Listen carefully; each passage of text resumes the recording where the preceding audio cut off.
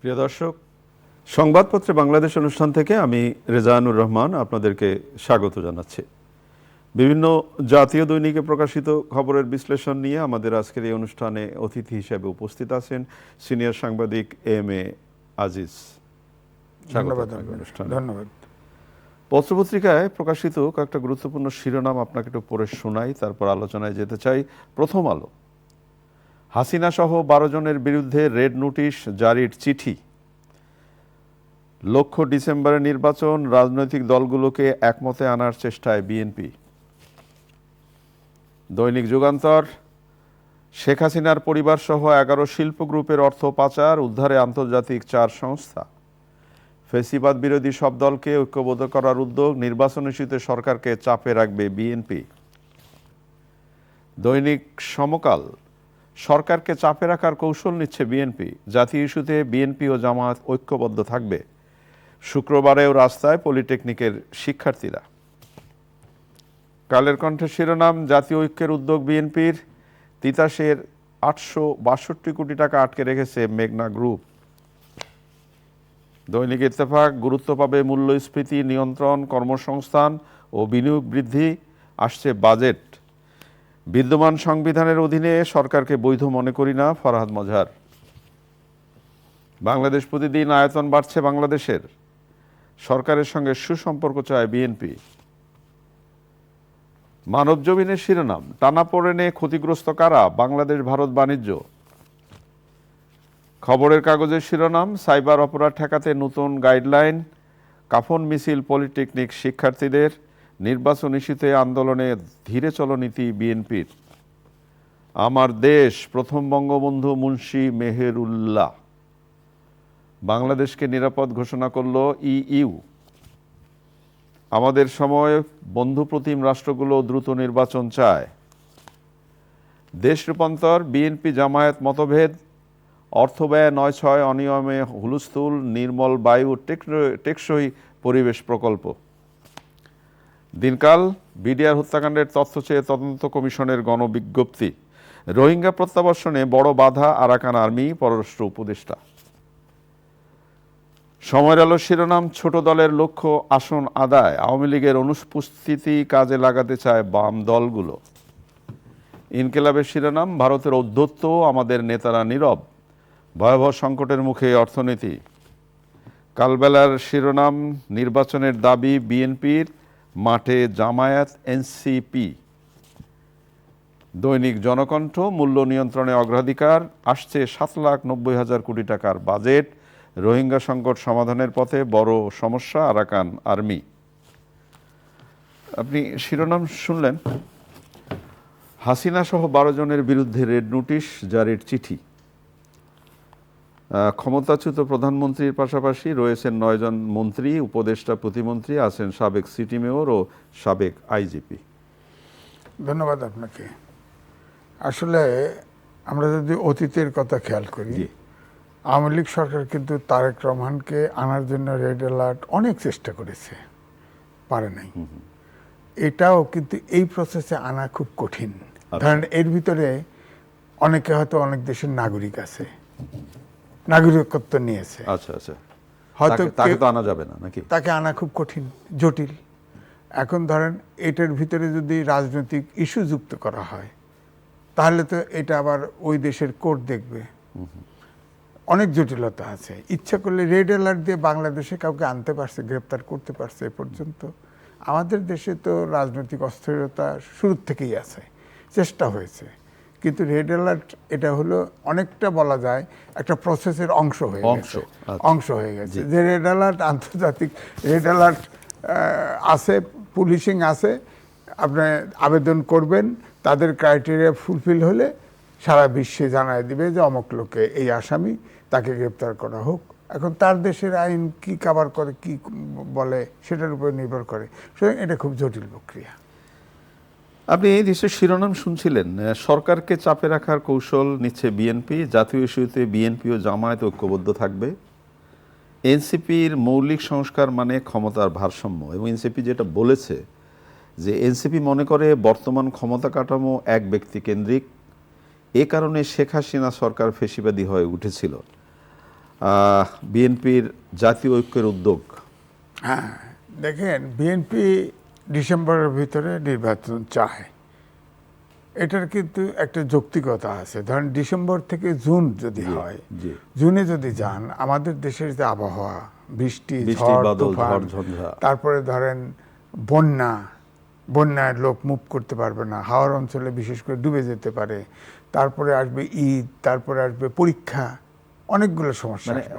অনেকেই যেটা হাওয়ায় ভাসে যে ডিসেম্বরে না করে জুনের ব্যাপার যখন বলা হচ্ছে তখন হয়তো ভাই ঝড়ঝঞ্ঝার পরিস্থিতির কারণে সেটা পরে হয়তো ডিসেম্বরে চলে না, যাবে। এই জন্যেই একটা বাতাসে গুজব আছে, আচ্ছা। জনশ্রুতি আছে যে সরকার ইলেকশন দিতে চায় না। আচ্ছা, অর্থাৎ কোনো মতে এটা যদি ডিসেম্বর পার করে নিয়ে যায়, তাহলে আগামী ডিসেম্বর। আলটিমেটলি ডিসেম্বরে না, ডিসেম্বর হয়তো পরের ডিসেম্বর, না হলে আবার ওখানে আর একটা অজুহাত তৈরি হবে, আচ্ছা। আর একটা এইভাবে হয়তো ওই যে একটা 5 বছর আকার ইঙ্গিতে একটা আওয়াজ উঠছে না, উঠেছে। হয়তো ওই পর্যন্ত ঠেলে নিতে পারে। হ্যাঁ, এই জন্য সন্দেহ। তা আমার কথা হচ্ছে যে ধরেন ছাত্ররাও যেটা বলছে মৌলিক সংস্কার, জি। এদের আমিও দেখছি বিষয়টা হচ্ছে তারা মূলত প্রধানত আপনার প্রধানমন্ত্রীর ক্ষমতার ভারসাম্যটা চায়, যে এক ব্যক্তি কেন্দ্রিক সরকার হয়ে যায়, এটাই হলো মূল কথা। সেখানে তো বিএনপি কিন্তু 31 দফায় সে কথা বলেছে। প্রেসিডেন্ট এবং প্রধানমন্ত্রীর ভারসাম্য আনার চেষ্টা করেছে। আমার মনে হয় এটাই শুধু মিডিয়ায় আওয়াজ না দিয়ে, এটা বসলে তো আলোচনা করলে আমার তো মনে হয় এটা সমাধান সম্ভব, অন্তত কাছাকাছি আসা, তাই না? আর দ্বিতীয়টা হচ্ছে সব সংস্কার তো ধরেন সংবিধান সংস্কার যদি বলেন, ব্যক্তিগতভাবে আমি বলবো যে সংবিধান সংস্কারের এখতিয়ার তো কারো নাই। সংবিধান তো আবার সংসদ সংসদে যেতে হবে তো। সংসদ অ্যাপ্রুভ করবে। আপনি যাই লেখেন না কেন, যে দল নির্বাচিত হবে সেই দল যদি সংস্কার না করে, অর্থাৎ ওই সংস্কার অ্যাডাপ্ট না করে, তাহলে হবে না। যেমন ধরেন শাহাবুদ্দিনের সময় সংস্কার প্রস্তাব ছিল, এরশাদের মানে সময় আপনি ছিল, 3 জোটের রূপরেখার কথা বলছেন। হ্যাঁ 111-এর সময় ছিল, 111-এর সময় তো 110, তাতে তো বিএনপি আওয়ামী লীগ ভাঙিয়ে চুরে ছাপা, কত লোকে এখনো পর্যন্ত আউট, মরেও গেছে, হয়েছে, হয় নাই তো। তো সুতরাং এই সংস্কারটা দরকার আছে, কিছু সংস্কার দরকার আছে, দেশে রাজনৈতিক স্থিতিশীলতা এবং সরকারের ভারসাম্যতার জন্য দরকার আছে। সেটা হলো হার্ট টু হার্ট আলোচনা করে এটা সমাধান করতে হবে। রাজনীতি যারা করবে তো দেশ এবং জনগণের জন্য করবে, সুতরাং এটা আটকায় রাখার তো দরকার নেই।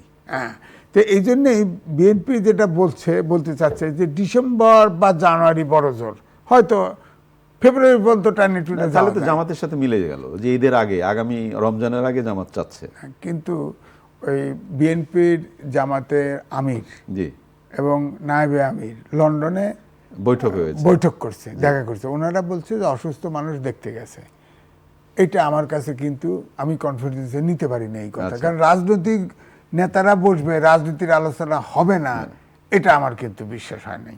হ্যাঁ, পরে কিন্তু আপনার ওয়েস্টিনে সাংবাদিকদের কাছে বলে যে মৌলিক সংস্কার করে এর ভিতরে নির্বাচন দিতে হবে, অর্থাৎ এটা কিন্তু একটু ঘুরায় ফেলছে কথা। আগের স্টেট কাট নাই, আগে বলছে না যে আগে সংস্কার, আগে প্রথম বলছে আগে সংস্কার তারপরে নির্বাচন, মাঝখানে লন্ডন থেকে ঘুরে আসে বলল না মৌলিক সংস্কার পরে বলছে, আগে বলছে যে নির্বাচন ওই এর আগে দিতে হবে, রমজানের আগে দিতে হবে। রমজানের আগে এটা কিন্তু খুব যৌক্তিক ছিল, ধরুন রমজানের ভিতরে ইলেকশন করা, এরপরে শীত আসবে, গ্রীষ্ম আসবে, পরীক্ষা আসবে ছাত্রদের, আবার পরীক্ষা আসবে। এই কারণেই বলছি যে আপনার প্রত্যেকটা ইলেকশনের সময় তো পোলিং স্টেশন বুথ করা হয় স্কুলে করা হয়, এবং শিক্ষকরা দায়িত্ব পালন করে। সুতরাং শিক্ষকদের ছাড়া কিন্তু হচ্ছে না, স্কুল ছাড়াও হচ্ছে না, স্কুল ঘরটাও লাগবে, শিক্ষকদের স্কুল কলেজ লাগবে। তো এই জন্য ওই যুক্তিটা কিন্তু ঠিক ছিল। হঠাৎ করে একটু ঘুরা একটু বললো মৌলিক সংস্কার, ছাত্ররা যেমন বলে ওরকম বলতেছে মৌলিক সংস্কার করে এর ভিতরেই ইলেকশন। কথাটা তো ঘুরান যায় না একদম, যে ওই রোজার আগেই দিতে হবে বা ইনডাইরেক্টলি, কিন্তু মৌলিক সংস্কার এর ভিতরেই করে দিতে হবে, একটু তো ঘুরছে কথা। এখন বিএনপি যেটা করতেছে সেটা হচ্ছে যে সবগুলা সমমনা দলদের সাথে আলাপ করতেছে, যেটা আপনি পড়লেন যে চাপে রাখার জন্য। হ্যাঁ, বিএনপি আমাদের গ্রাম দেশে বলে যে বিএনপি ফাটা বাঁশের চিপায় পড়ছে, অর্থাৎ ইচ্ছে করলে, এটা ব্যাখ্যা হলে ইচ্ছে করলে এই সরকার তো 21 দিনের সরকার আসলে। ছাত্র সবসময় পুরো পক্ষে বলে তা না। বিএনপি মাঠে নামলে যদি সমমনাদের দিয়ে মাঠে নামে, তো সরকার তো পতন ঘটে যাবে। কিন্তু ভ্যাকুয়াম, রাজনৈতিক ভ্যাকুয়াম তৈরি হবে না, তখন অন্য তো এসে ঢুকে পড়বে। তো এই জন্য আন্দোলনও করতে পারতেছে না, আবার এই সরকারের এই যে ঢিলাঢালা প্রসেস এটাও অ্যাকসেপ্ট করতে পারতেছে না। এরকম একটা সংকটে কিন্তু আছে। তো এতে আপনি দেখেন অন্তর্বর্তীকালীন সরকার নানাভাবে কিন্তু সমস্যাগ্রস্ত হচ্ছে। কারণ এই যে 2.8 মাসে $2.1 বিলিয়ন অর্থ সাহায্যের প্রতিশ্রুতি পাইছে, একটা টাকাও বাংলাদেশে আসে নাই। তারপরে এই যে ডাকি ডুকি নিয়ে একটা বিনিয়োগ সম্মেলন করলো না, এখানে 3,100 কোটি টাকা হয়েছে, মানে বিনিয়োগের আশ্বাস দিয়েছে। আপনি দেখবেন একটা বিনিয়োগ আসবে না, একটা আসবে না। এতটাই কি আমরা হতে পারি? কারণ আছে। আচ্ছা, যার অর্থ আছে, আপনার অর্থ নাই, আপনার অর্থের প্রতি মায়াও নাই। যার অর্থ আছে সে বিনিয়োগ করলে তার গ্যারান্টি চায়, অর্থের নিরাপত্তা চায়। অন্তর্বর্তীকালীন সরকার কয়দিন আছে কয়দিন নাই, বিনিয়োগকারী বিনিয়োগ করবে, বিদেশি বিনিয়োগ, তারপরে অর্থর নিরাপত্তা চায়, ইনফ্রাস্ট্রাকচার চায়। আবার এই যে দেখেন লোডশেডিং শুরু হয়ে গেছে, লোডশেডিং হয়, বিক্রি বাজার চায়, অনেক কিছু, অনেকগুলো শর্ত মিলে তো ইনভেস্টমেন্ট আসবে। এখন ইনভেস্টমেন্ট, আপনি যেটা সবচেয়ে বড় বললেন, যারা ইনভেস্টমেন্ট থাকবে বা করবে, এটাই খুব সত্য কথা, যে সে নিরাপত্তাটা চাইবে এবং পুঁজিটা ফেরত আসার নিশ্চয়তাটা চাইবে।